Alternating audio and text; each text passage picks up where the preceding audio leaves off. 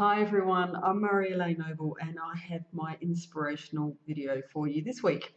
Now, I hope you don't mind, I'm going to share something that's really quite personal, but I feel that, through my experience, it may help somebody else.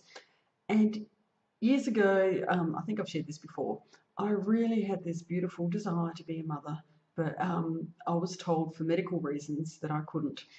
And I love tarot cards. I love readings, and I've been drawn to them all my life.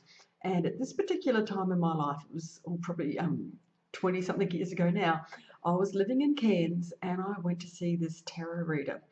And I was yearning to have a child, and he said to me, "Oh, I see a child in your future." No, actually, I'll go back. He said, "I see a pregnancy in your future, but no child." And my heart sank. And I thought, oh, and I hung on to those words. And then fast forward a few years later, I got pregnant and I was delighted. Of course I was delighted, because this was my dream. And then these words from this tarot reader came flooding to me. I see a pregnancy but no child. And I was bereft with thoughts about miscarriage. And I went to see a spiritual healer and she helped me through that phase. And when I got over that hurdle, then all of a sudden I was plagued with thoughts of stillbirth. And this went on. And I kept thinking about this person who shared this information with me. And when Ruby was finally born, beautiful and healthy, my mind went to, I've got my child, but he said he couldn't see a child. It went to cot death. And I thought, oh my, it was just doing my head in, For 12 months, I lived with this thought that my child was going to be taken from me because this person told me this information and I was naive enough to believe it. And then through meditation, Ruby was about 3 months old, I went to a meditation group, and I shared my experience at that point in time with this beautiful man, this lovely soul, who said to me, "Oh, what you're picking up on is fear of abandonment." And the moment he said that, I could see exactly where he was coming from. And I never, ever doubted again. It was that underlying fear of abandonment that I was picking up on. Plus the fact that this person shared this information with me, which I believe, as a reader, we have an obligation as to what we do share with other people. And what I want to take from that story is, if you do seek out a card reading and it's inspirational and it's uplifting, great, take that information with you.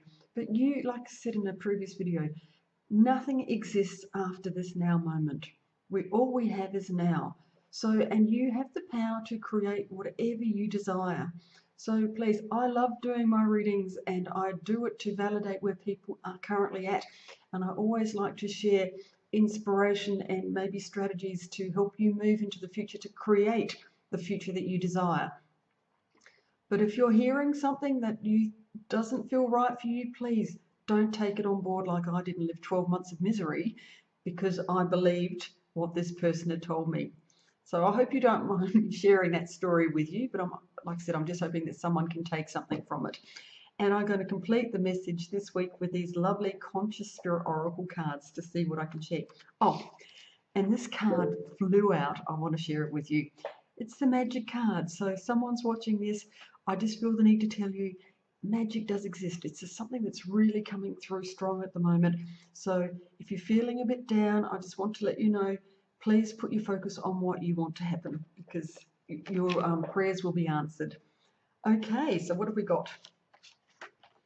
Oh, I combine my mind, body and soul to lift all of humanity into a new dimension. How lovely. This card is asking you to become aware of your personal power and be mindful how wonderful your creation abilities are. But remember, you will create whatever you put your focus on. And I hope my story is a bit of a clarification there.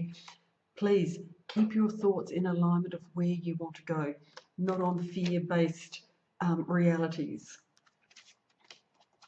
Oh, Spark of Divine. I reignite the divine spark within me and recognize that I am part of all creation. Absolutely.